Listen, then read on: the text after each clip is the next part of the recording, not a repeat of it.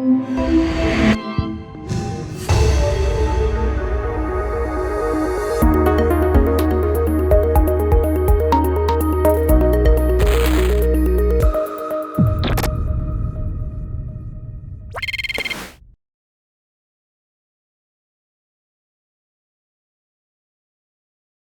principio la charla nació de unas conversaciones que estamos teniendo nosotros en el grupo, y así que la idea era hacer una cosa medio informal para discutir un paper de Alcides Nisneto, ¿sí? Donde él demuestra un teorema interesante y que él lo hace, digamos, para n igual 1, o codimensión 1, y aquí trato de dar un argumento para codimensión cualquiera, ¿sí? Pero bueno, como sé que no todos somos del área, voy a no ser muy formal para intentar dar una idea del asunto. Bueno, el objeto de estudio son las foliaciones, y normalmente nosotros consideramos foliaciones que son holomorfas, ¿no? La teoría clásica, sí, surge del estudio de ecuaciones diferenciales o de campos en C2, ¿no? Es decir, del estudio de ecuaciones de este tipo, ¿no?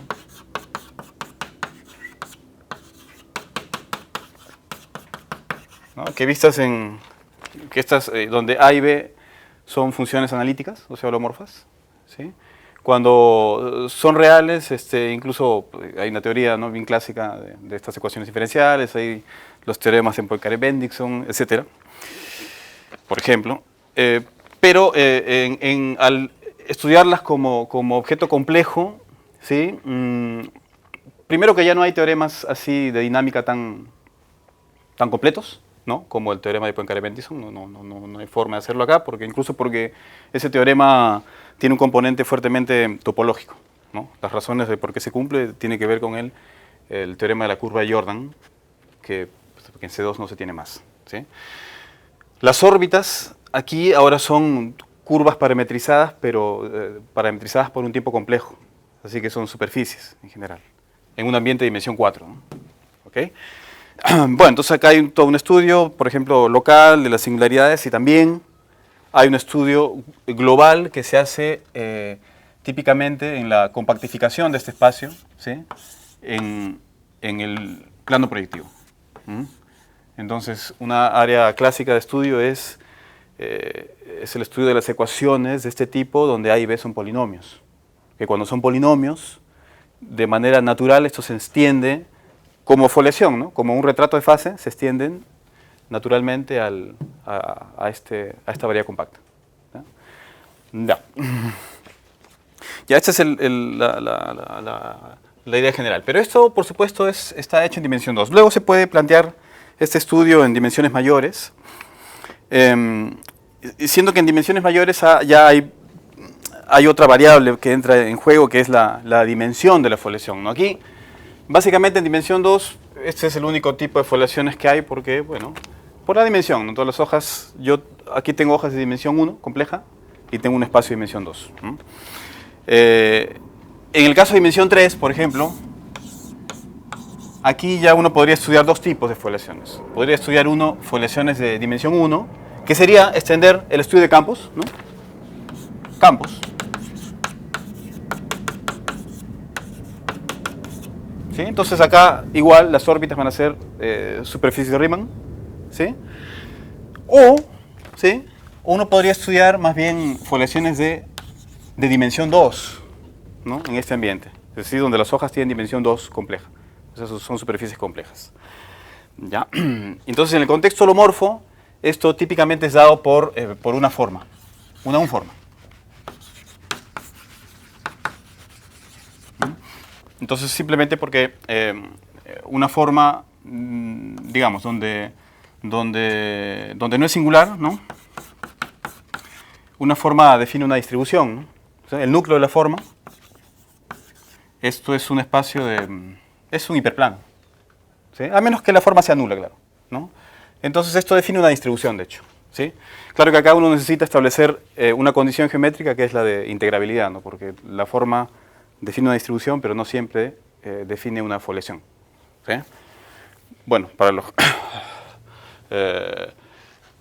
cosa que no se necesita en estos casos, ¿no? Porque en estos casos las distribuciones de dimensión 1 siempre son integrables, es el teorema del flujo tubular, digamos, del teorema de las ecuaciones diferenciales. Pero en dimensión mayor ya es una condición que no se tiene gratuitamente, ¿no? Pero bien, entonces esto sería el estudio de formas integrables, ¿sí? Ya. Y por supuesto, si estamos en dimensión mayor, ¿no? En Cn, ahí entonces uno puede tener foliaciones de dimensión 1, de dimensión 2, hasta la máxima que sería las foliaciones de codimensión 1, ¿no? Claro que la foliación de dimensión igual a la dimensión del espacio no tiene ningún objeto estudiarlas, porque ¿no? Sería foliaciones de una hoja, ¿no? Bien, ya ese es el objeto de estudio en general, ¿ok? Y el punto de partida es un teorema, ¿sí? De Iván Kupka, que es el siguiente. ¿Ya? Él estudia, de hecho en el contexto real, las unformas. Entonces dice, bueno, está bien. Las unformas integrables definen foliaciones de codimensión 1. Si esta es una unforma, y su estudio, como dije, es real, ¿eh? Lo hacen en Rn, pero todo funciona perfectamente en Cn, ¿sí? Entonces esta unforma define una distribución de codimensión 1, él asume que es integrable, así que... y de hecho, no solo eso, sino que además su estudio es local y se centra en un punto que vamos a suponer que es el origen, donde la forma es singular. Bueno, como pasa en la CD2, ¿no? En los puntos donde la forma es regular, uno tiene un teorema de trivialización, que sería como el teorema del flujo tubular. Ahí la foliación es localmente trivial, digamos, ¿no? Desde un punto, la foliación luciría, digamos así, en un punto donde la forma no es singular. ¿Ya? Así que es interesante el estudio de los puntos donde la forma es singular, ¿no? Entonces, él se propone estudiar estas formas, ¿no? De un modo local y dice, bueno, voy a considerar, ¿no? Esto define, miren que en categoría holomorfa, ¿no? Si yo tengo punto singular, recuerden que en el punto singular no tengo plano, no hay distribución ahí, digamos, ¿no? La distribución funciona donde esto no se anule. Así que esto me define un cierto conjunto donde la forma se anula, digamos, pero fuera de ese conjunto sí tengo una distribución, y si supongo que la forma es integrable, pues yo tengo una foliación, digamos, fuera de cierto conjunto.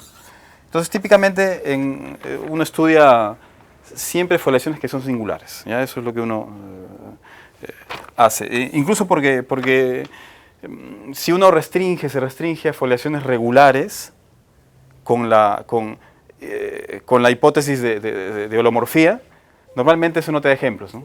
No, por ejemplo, en el plano proyectivo no existen foliaciones que no sean singulares, ¿sí? Es simplemente por una cuestión así, por la misma razón por la cual los polinomios siempre tienen ceros, ¿no? Siempre tienen singularidades, hace que lo que se tenga que estudiar en realidad es foliaciones, pero permitiendo que tenga singularidades. Si no, no vas a encontrar típicamente nada, ¿no? Ya, entonces, a lo trajiste, ¿no? Entonces, entonces él dice, bueno, voy a estudiar esto en un punto singular, pero él plantea una hipótesis, ¿sí? de no degenericidad, ¿sí? Que es la siguiente, ¿no? Dice, bueno, está bien, es singular, pero voy a suponer que, digamos, la segunda derivada no es cero, ¿no? Es como hablar de una singularidad de foliación como de tipo Morse, una cosa así, ¿no? ¿Sí? Para hacer un paralelo con, ¿no? El estudio de curvas, ¿no? Y entonces él demuestra aquí, y es muy interesante este teorema, que en este caso la foliación es esencialmente de dimensión 1. ¿Qué quiere decir eso? Quiere decir que, voy a poner el ejemplo en dimensión 3, ¿eh? Quiere decir que existe una foliación de dimensión 1, digamos, una foliación de dimensión 1 típica, es por ejemplo las lineales, ¿no? X' igual a X, que dependiendo de los valores de A y B, bueno, en general tienes un retrato de fase, digamos, de tipo silla, ¿ya? En C2. Entonces prueba que existe, ¿no? voy a dibujar así, esto es C2, digamos, R2. Esta es la tercera dimensión. Él prueba que existe una foliación en dimensión 2 nada más, digamos la silla que dice más allá. De forma de que esta foliación que es de codimensión 1, o sea, de dimensión 2, ¿sí? Foliación de dimensión 2, en R3 es solamente el producto de esta foliación por una foliación trivial. Es simplemente cada hoja es, ¿no? Es como, es simplemente multiplicar por las fibras verticales. O sea, entonces esencialmente la foliación es de dimensión 1. Son los tipos más simples de foliaciones, ¿no? Si uno quiere construir, yo quiero construir una foliación de dimensión, no sé, pues, quiero construir una foliación en C10, ¿no? Yo empiezo con esta foliación en C2 y le multiplico por un C8 aquí. Y esto simplemente se arrastra. Ese es el procedimiento más sencillo de hacer foliaciones en dimensión grande. Pero, como digo, esencialmente esto es de dimensión 1. ¿No? Entonces, ese es el teorema de Kupka. ¿Sí? Ya.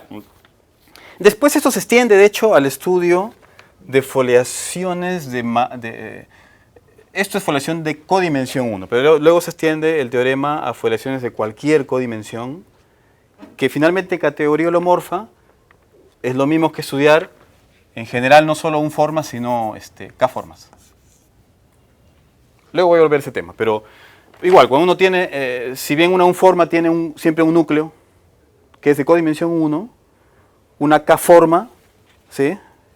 Genéricamente tiene un núcleo que es de codimensión K. ¿Ya? Entonces, una K-forma define una distribución de planos de codimensión K y claro, y con la hipótesis de integrabilidad que hay que ponerla siempre, ¿sí? Ese es el objeto, digamos, que uno puede usar para hablar de foliaciones de cualquier dimensión, estudio de K-formas, ¿ya? O estudio de K-formas integrables. Y el teorema se extiende también en ese caso, ¿no? Si esta es una K-forma integrable, ¿sí? Este es un punto singular, pero la forma no se degenera más, entonces la foliación es esencialmente de dimensión 1, también de dimensión 1, solo que hay una salvedad, ¿no? Por ejemplo, para dar un ejemplo, vamos a pensar R4, y supongamos que esta es una 2-forma, y supongamos que cumple esto y esta condición. Entonces, el teorema de Kupka dice que esta foliación es transversalmente es de dimensión 1, de dimensión 1. Pero el modelo, en este caso, ya no va a estar como lo planteé aquí, en R2 o en C2. Porque, claro, si estuviera en C2, yo cuando multiplique aquí, yo voy a agregar 2 dimensiones aquí, en esta dirección. Entonces, cada hoja que acá tiene dimensión 1, va a pasar a tener dimensión 3. Pero entonces sería de codimensión 1, no sería de codimensión 2. ¿Ya? Ojo. Esta 2 formas va a definir una foliación de codimensión 2 o dimensión 2. ¿Sí? Entonces, no es así como lo que dice el teorema de Kupka en este caso, sino que acá tendría que ser, entonces el modelo transversal tendría que estar en C3. Entonces yo tengo aquí, lo dibujo igual, pero acá entonces tengo aquí una foliación de dimensión 1, las hojas son de dimensión 1, y simplemente uno le agrega acá la dimensión que falta, y cada hoja pasa a tener dimensión 2. Ya, ese es el teorema de Kupka. ¿Ok? Entonces, para recordarlo simplemente es decir que esto garantiza que la foliación es esencialmente de dimensión 1 y luego multiplicado por lo que le falte para completarla, ¿no? Esta es claro, este es la codimensión, ¿no? Entonces, el teorema dice, pongo otro ejemplo, ¿no? Por ejemplo, ¿qué tal si estoy en R6 y esta es una 2 forma? Entonces, yo sé que el modelo transversal es de dimensión 1, estas hojas son de dimensión 1, ¿sí? Y al multiplicarle le voy a poner cierta dimensión aquí, y acá va a ser 6 menos n. Pero esta 1, al agregarle la dimensión que va a agregar esto, 6 menos n, debe ser la codimensión que... no, perdón, debe ser la dimensión, que en este caso las hojas acá son de dimensión 4. ¿No? Entonces tiene que ser 4, así que el n tiene que ser necesariamente, como dije, 3. ¿Ya? Eso es, pero... Entonces la condición que he dicho ya determina de manera única el teorema, ¿no? O sea, simplemente transversalmente es de dimensión 1. Y ahí, si ese modelo transversal está en dimensión 2 o en dimensión 3, ya eso depende de estos valores, ¿no? Ya, ese es el teorema de Kupka. Es el Lis Neto, ¿no? y Servaux. Ellos plantean este tipo de singularidad, pero de forma global. O sea, esto de acá está diciendo que localmente la singularidad tiene este modelo, ¿no? Es así, hay un modelo aquí transversal y listo. Y de hecho, además esto está probando que el conjunto singular, además está diciendo que el conjunto singular no es aislado. Eso no se presenta de forma aislada. Porque este era punto singular y cuando hago el producto, todo esto va a ser singular. Todo esto. Y acá las hojas simplemente, ¿no? Eso es lo que pasa, ¿no? Eso. Pero todo ese conjunto pasa a ser de singularidades. Entonces ellos plantean el estudio de este tipo de singularidades con esa estructura. Es una estructura, digamos, producto. Esas son singularidades que son, por ejemplo, una curva, pero que su estructura es de producto. Realmente están definidas por un tipo transversal multiplicado por 1, ¿no? Entonces la pregunta es si existen este tipo de singularidades de forma global, es decir, donde esto sea pues una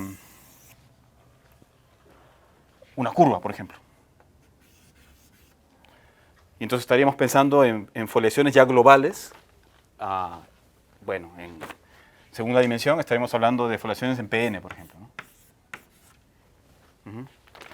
Entonces la primera pregunta es si uno tiene foliaciones aquí, digamos, de codimensión 1, que el teorema de ellos es en codimensión 1, y dice, bueno, a ver, ¿existen componentes enteras que sean de tipo Kupka, o sea, uniforme, tengan un tipo transversal uniforme? Resulta que esos ejemplos sí hay y son bien conocidos, de hecho son dados por integrales primeras, ¿no? Es decir, si yo estoy, por ejemplo, en C3, yo puedo construir una foliación aquí, tomando el modelo de C3 como siendo pues C4, ¿no? Menos el origen, y acá hay un cociente, ¿no? Y aquí en C4 puedo considerar la foliación dada por los niveles de una función racional. Entonces eso básicamente se construye así. Yo cojo una función racional que va a ser de esta forma.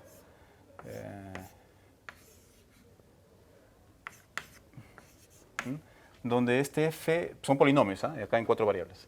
Este f tiene grado q y este g tiene grado p. La cosa es que esto sea del mismo grado.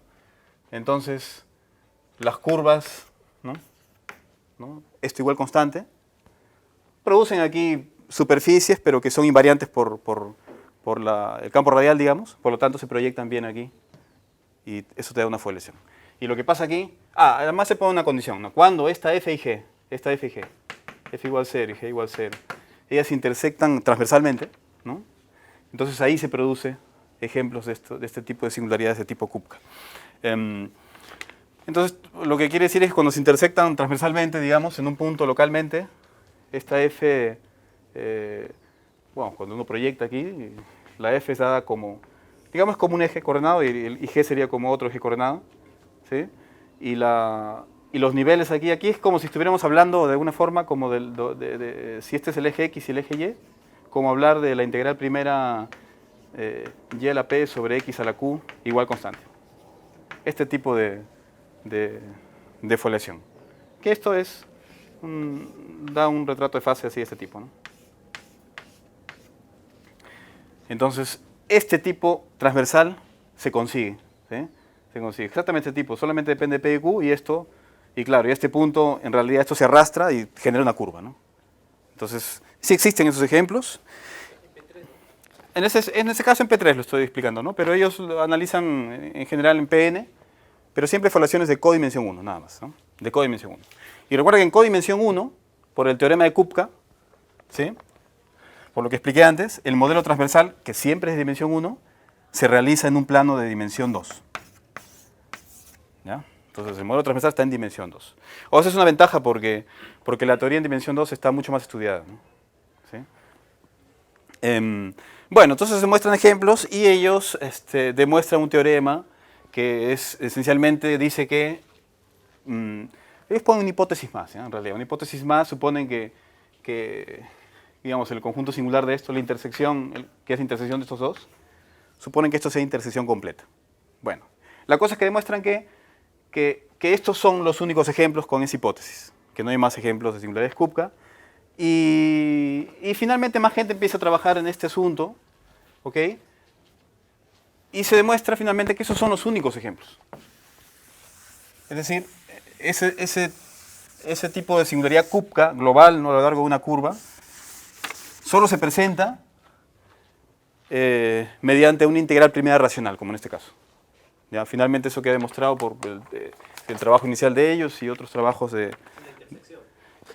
¿Cómo? ¿Con la intersección? ¿Esa F intersección qué? Intersección, ellos suponen que es una intersección completa. Y ahí prueban que si tengo una singularidad global tipo Kupka y supongo que esa curva es intersección completa, entonces necesariamente esa foliación tiene que ser una integral primera de ese tipo. Eso prueban ellos. Pero después quitan esa hipótesis. Ellos y otros autores prueban que no hay necesidad de suponer que es intersección completa y el teorema quedaría simplemente así. Si tengo una foliación de codimensión 1 en Pn y tiene una componente de Kupka, se llama, una componente de Kupka, entonces necesariamente esa foliación tiene una integral primera racional y viene dada de ese tipo, de esa forma. Ese es el teorema. Y claro que el teorema en otras codimensiones no se ha probado, ¿no?, para nada, ¿no?, porque esto se puede plantear en cualquier codimensión. El asunto de la codimensión 1 facilita mucho la tarea porque los modelos transversales son de dimensión 2. Entonces hay mucha más teoría ahí, hay muchas más herramientas que usar, ¿ya? Pero el problema está abierto en otras codimensiones, ¿no?, foliaciones en general de codimensión K. Bueno, y ahora sí, esa es la introducción, por ahora quiero comentar cuál es el teorema de Alcides que motiva la charla. Entonces, Alcides, posteriormente, él estudia este tipo de componentes tipo Kupka, ¿sí?, que simplemente que es una componente tipo Kupka, es una, digamos, ¿no?, una curva o simplemente un conjunto algebraico, liso, no digo, estoy en Pn, ¿no?, que es singular para una foliación, pero que la singularidad aquí, ¿sí?, obedece a un tipo transversal constante, ¿no? O sea, es simplemente este tipo transversal arrastrado en toda la curva, ¿no?, ese tipo de singularidades, que ya hemos visto que en codimensión 1 solamente, bueno, puede ser este tipo, ya. Pero hay un detalle aquí, ¿no? Es que esta condición, ¿no?, garantiza que la singularidad sea así, de tipo producto, digamos, de tipo producto. O sea, que se genera así, arrastrando la singularidad, ¿no? Pero esto es una condición más, porque no solo es de tipo producto, pero además esta condición aquí, digamos que permanece aquí. Y si lo voy a decir de manera, haciendo es una cuentita nada más, ¿no? Que, por ejemplo, aquí, como dije, en este caso, la foliación está generada por un campo aquí. Como es de dimensión 1, está generada por un campo, de hecho, un campo X. Entonces, esta condición, ¿sí?, en el campo se expresa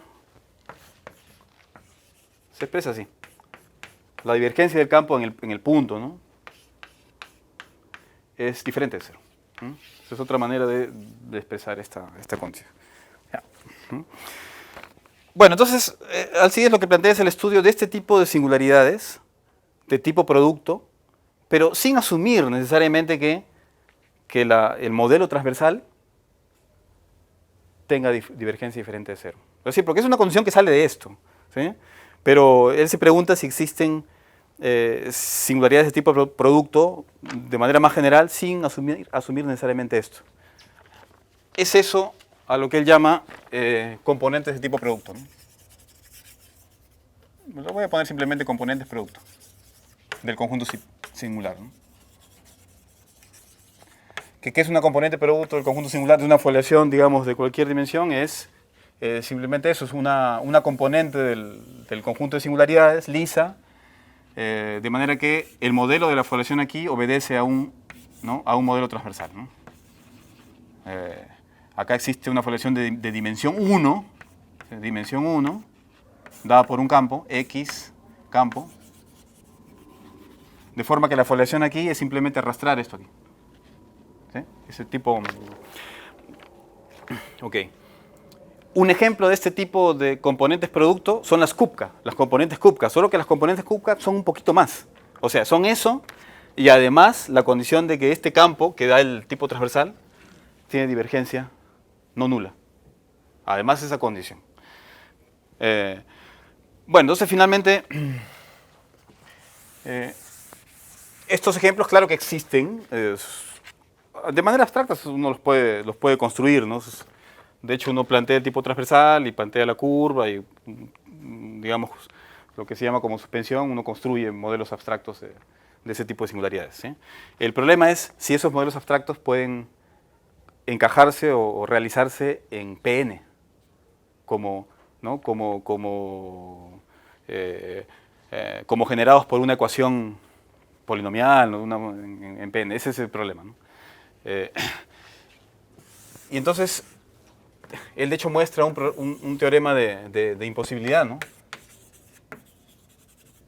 Dice esto, ¿no? Entonces, sea, considera una componente, ¿no? Sea, no sé, gamma, una componente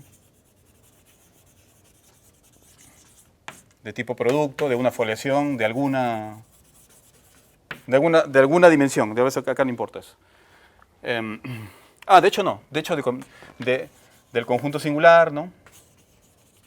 No se importa en este caso, de hecho. De una foliación de codimensión 1. Él estudia foliaciones de codimensión 1, de hecho. Ya.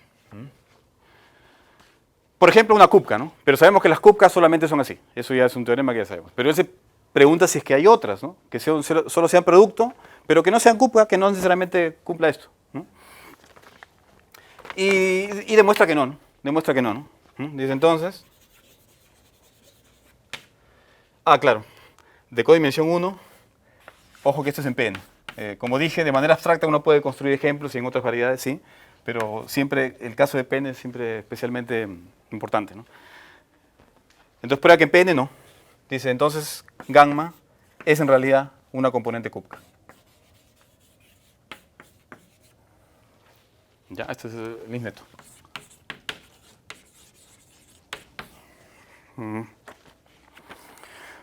Bien. Ok, entonces, a ver si da tiempo, comento un poco la idea de por dónde va la prueba de esto y de qué forma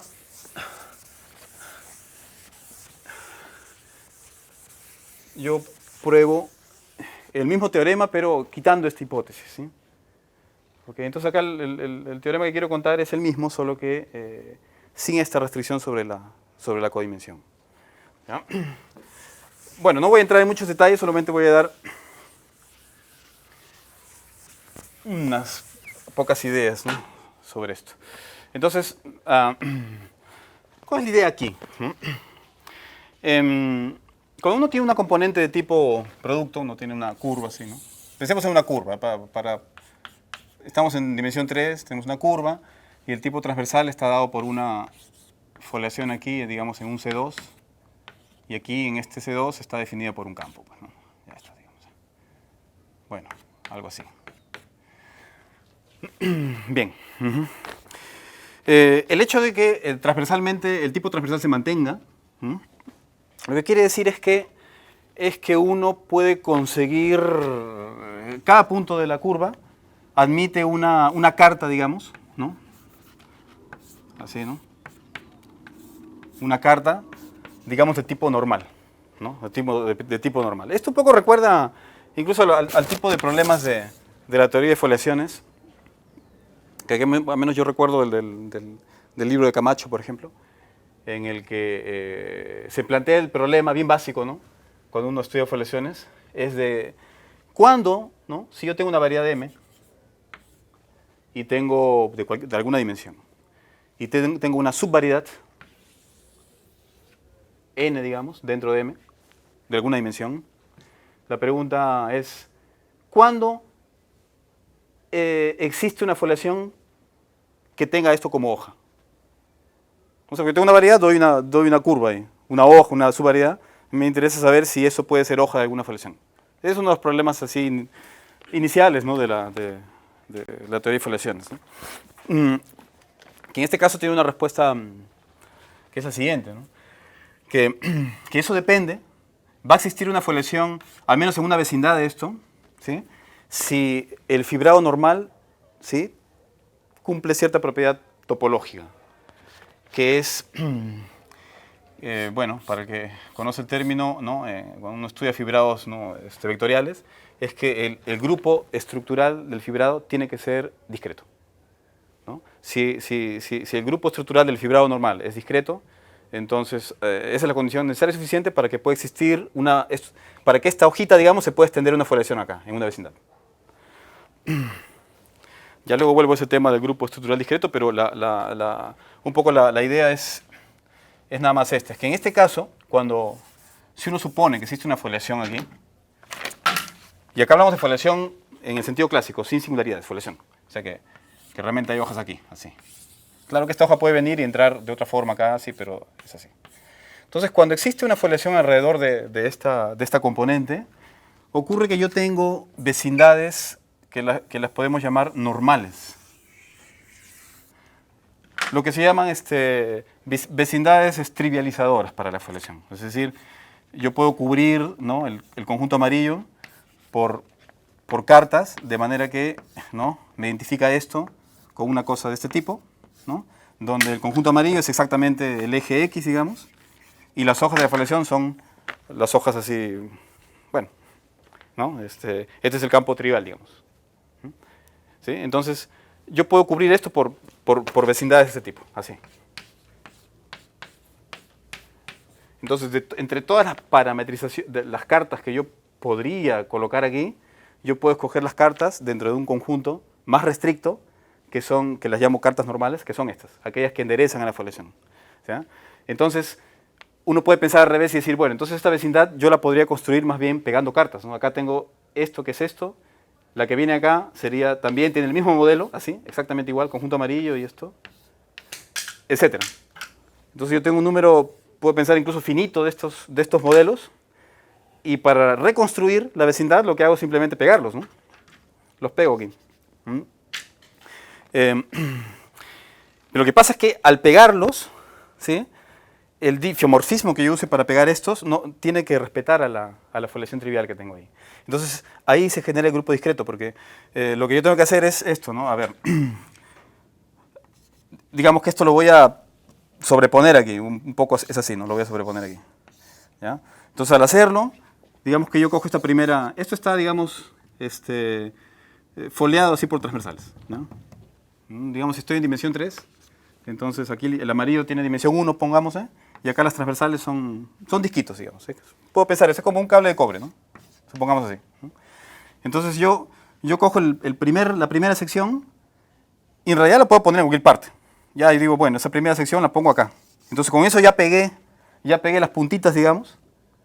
Pero una vez que hago eso, con las demás ya no tengo juego, ya, porque las otras, una vez que yo esta puntita vine y la puse acá, el resto tiene que venir y seguir al nivel de ese. Ya no puedo cambiar más. Es decir, una vez que yo establezco cuál es el difiomorfismo que voy a usar para pegar esta transversal, esta normal con esta, eso ya me determina cómo se pega este con el que sigue, cómo se pega este con el que sigue. O sea, realmente una vez que yo escojo este primer difio de pegado, los otros son el mismo. Es constante. Por eso es que es el grupo estructural discreto. Ya no puedo torcer. Una vez que yo pegué el primer pedazo, el resto ya no puedo seguir torciendo, va a tener que quedar derecho, ¿no? Es decir, es como si yo cojo el cable de cobre así, con un montón de filamentos. Entonces, está bien, yo puedo girarlo antes de pegar con el otro, todo lo que quiera, pero una vez que yo pegue la punta, ya el resto no puedo seguir torciéndolo, ¿no? O sea, lo giro de manera rígida, digamos, y lo pego. Entonces, eso es lo que hace el hecho de tener una foliación, hace que esta vecindad que tengo aquí no va a poder ser una vecindad muy torcida. O sea, este fibrado normal no puede ser una cosa muy, muy torcida. Y de hecho, por eso es que aquí ocurre que el grupo estructural es discreto. Ya. Entonces, en general, esto tiene que ver, al menos como yo lo estoy viendo, como un problema de vecindades normales. Aquí, yo siempre puedo cubrir una subvariedad por vecindades, un número finito, digamos, ¿no? De manera de que la vecindad se recupera pegando esos trozos, ¿sí? Solo que aquí, estas cartas están escogidas dentro de un conjunto pequeño, dentro de una geometría, digamos, más restricta, ¿sí? Y entonces ahí los cambios de coordenadas acá son, pertenecen a un grupo mucho más pequeño, digamos. ¿Por qué? Porque están forzados a preservar, estos cambios están forzados a preservar cierta estructura geométrica aquí, que en este caso es la foliación. En este caso de acá, yo también tengo de hecho no tengo una foliación porque aquí esto es un conjunto singular, o sea, no es una foliación en el sentido clásico. Pero de todas maneras yo tengo aquí una estructura geométrica, es algo, ¿no?, que va a tener que preservarse cuando yo quiera reconstruir esto por pegado, ¿no? Entonces yo sé que aquí igual yo puedo cubrir esto por vecindades así.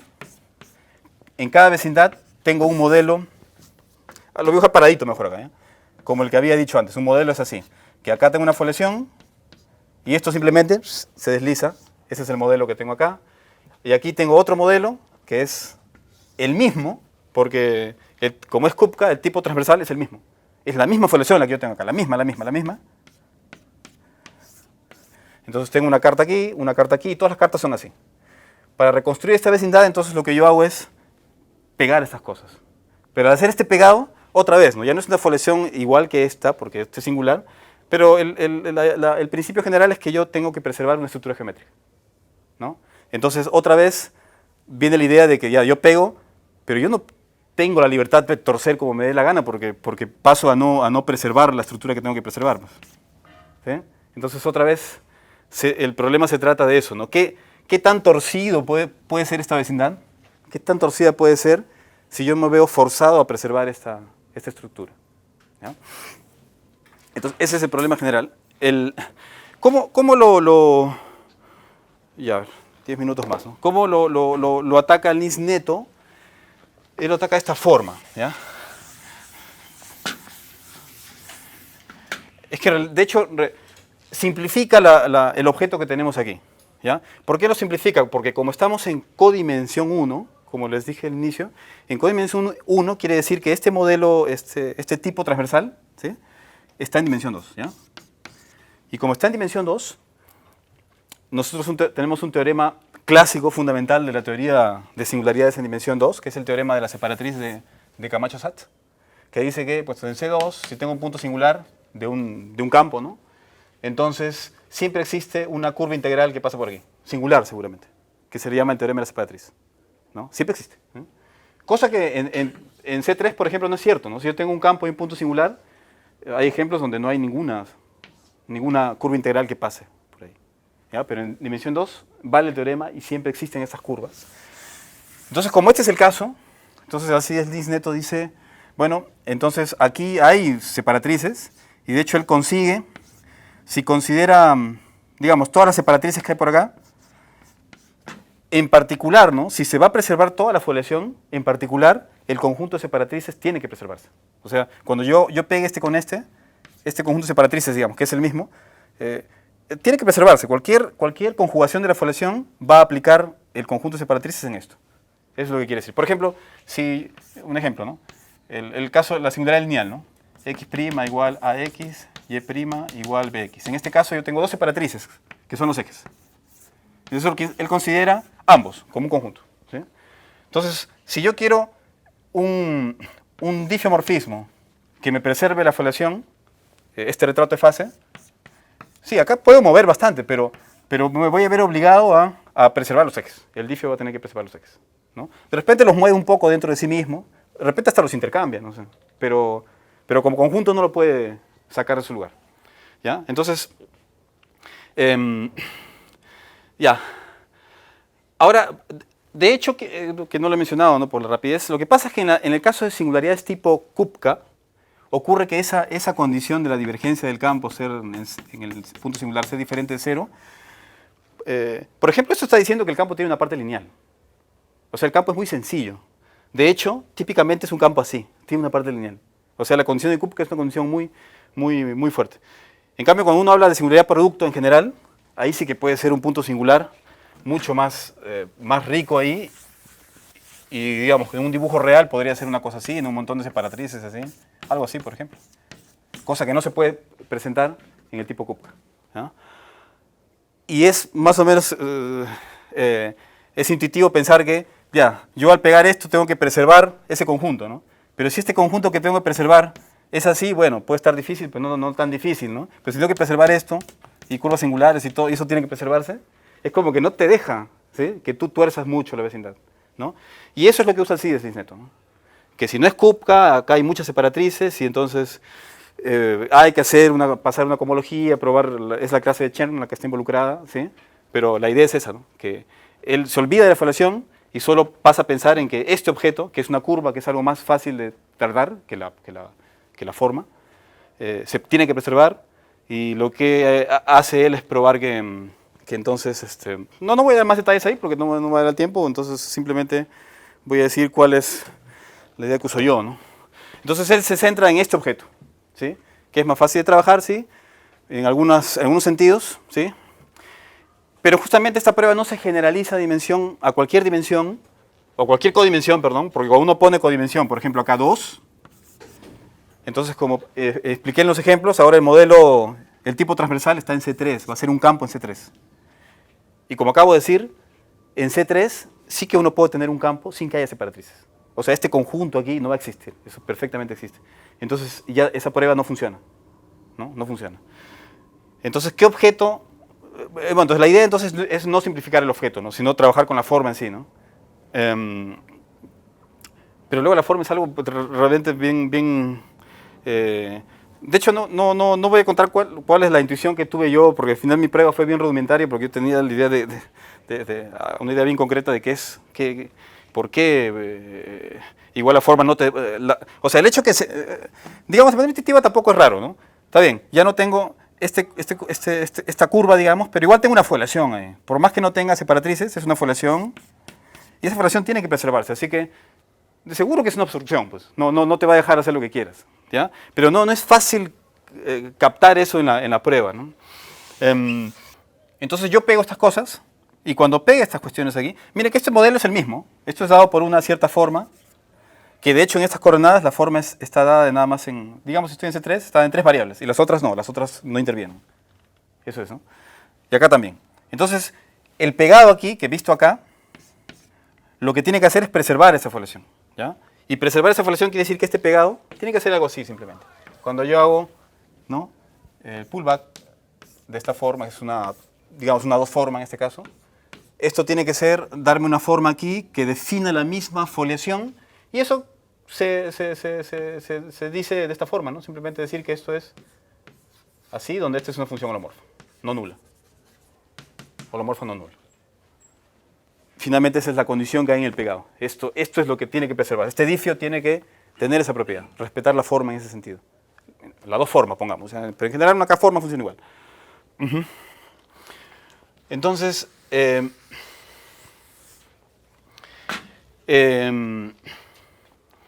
entonces la parte más oscura, menos fácil de hacer, porque finalmente son unas cuentas, ¿sí?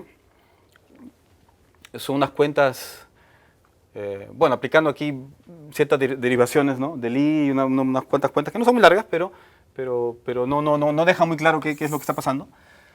Lo que demuestro es que esta función, que es una función, digamos, está definido, digamos, aquí, ¿no? Está definida en este entorno.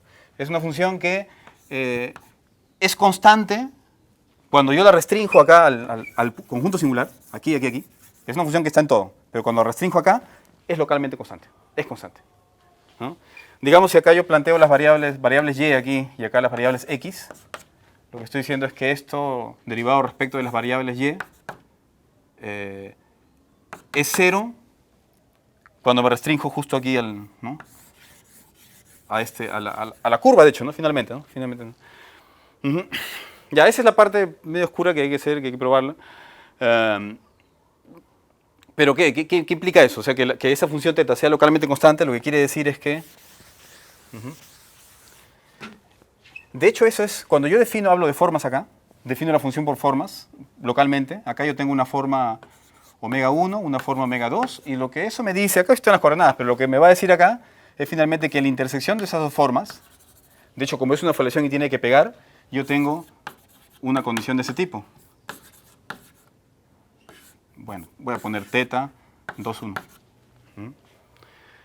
Bueno, en general, ¿no? Si yo tengo un cubrimiento, voy a tener algo así.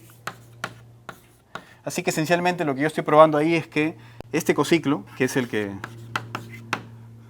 este cociclo, que más o menos es no es exactamente él, pero determina el canónico de la foliación, es localmente constante sobre la curva. Eso es la cosa.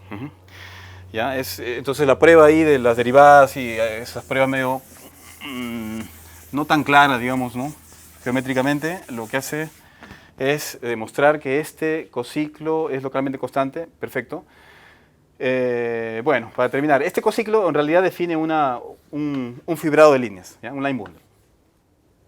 Asociado a la foliación, ¿no? Porque esto, ¿no? La foliación está definida en todo P, en todo Pn, y tenemos un line bundle asociado, que es dado por este cociclo que permite pegar las formas locales. ¿Sí? Ya, lo que estoy haciendo con esta prueba es probar que cuando yo me restrinjo a la vecindad de esa curva, ¿no? de esta curva de aquí, entonces ese cociclo ahí es localmente constante en la curva. Localmente constante quiere decir que, ¿no? que su primera clase de Chern, ¿sí? de este line bundle, pero de hecho el line bundle restricto a la componente producto, que voy a llamar acá gamma, esta curva la voy a llamar gamma.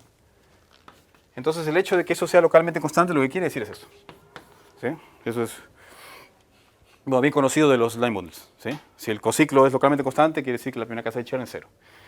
Ojo, restricto a esto, ¿no? Restricto a esto. Pero si yo tomo una vecindad tubular, digamos, esto quiere decir que la clase de Chern en la vecindad tubular, incluso, ¿no? Esta vecindad tubular, es 0. ¿Por qué? Porque la curva y la vecindad tubular son homotópicamente equivalentes. Simplemente por eso, ¿no? Y bueno, la prueba acaba entonces diciendo que lo que pasa es que en Pn, bueno, eso se puede ver de varias formas, pero que esto sea 0, una forma de pensar es decir que entonces yo puedo conseguir formas aquí locales, cambiándolas, puedo construir una única forma alrededor de toda esta curva. No definida por pedazos, sino una única forma. Y luego, por ejemplo, hay un teorema de Rossi que dice que si yo consigo eso en la vecindad de una curva, entonces eso se va a extender a todo Pn y tendría una forma global, cosa que es imposible. En Pn no existen esas formas. Una forma de verlo, ¿no? O la otra forma, simplemente verlo directamente con la clase, uno dice, pero finalmente la clase de Chern es simplemente, uno lo puede ver, esto actúa por intersección, ¿no? Esta clase está asociada a un divisor, ¿sí? Y de hecho, determina únicamente esta clase, ¿no? Esta clase, en Pn, lo que pasa es que está asociada a un divisor, ¿no? Y esto es n veces un hiperplano, de hecho. Entonces yo tengo un hiperplano aquí, que representa la clase, pero ojo que este n no es nulo porque si fuera nulo yo tendría una forma global en Pn, cosa que se sabe que no existe, así que es no nulo. Así que de hecho este hiperplano, de hecho él genera intersecciones aquí. Ojo que esta curva, es importante ahí que esta curva tiene dimensión, ¿no? Mayor que 0. Entonces acá hay una intersección. Bueno, quizás esto no sea una curva, quizás tenga más dimensión, pero dentro de esto puedo hallar una curva. Y como estamos en Pn, si acá tengo una curva, eso intersecta al plano, necesariamente, ¿sí? Entonces localmente, cuando yo restringo la clase de Chern, es simplemente como restringirme a este divisor local nada más. Pero eso sigue intersectando, y es positivo, las intersecciones en categoría holomorfa son positivas. Entonces, la clase de Chern no sería nula, porque ahí yo viendo cómo actúa esa clase, por intersección, vemos que actúa en un elemento y da un valor no nulo, así que no es nula, lo que contradice justamente el hecho de que el cociclo sea localmente constante. Entonces, eso es más o menos estándar, porque en algún momento el argumento mismo de Liz-Neto usa más o menos esto, ya más o menos.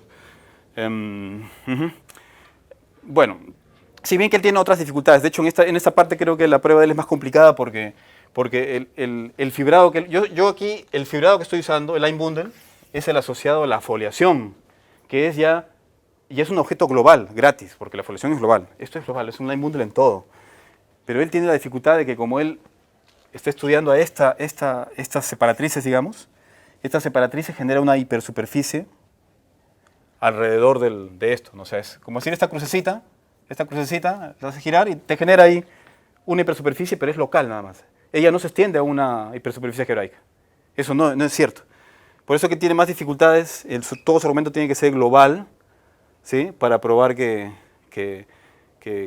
es una contradicción tener el ciclo localmente constante. Ahí le cuesta un poco más, ¿no? En este caso esa parte se simplifica porque el objeto que yo considero acá, siendo el mismo fibrado de la forma, ya desde inicio es global. Entonces me facilita este argumento, ¿no? Bueno, y de hecho la parte de esta de las cuentas de por qué esta derivada de cero es que es la parte más oscura, de hecho, ¿no? Lo demás es estándar, ¿eh? Esto es lo que finalmente lo coloco como unas cuentas, ¿sí?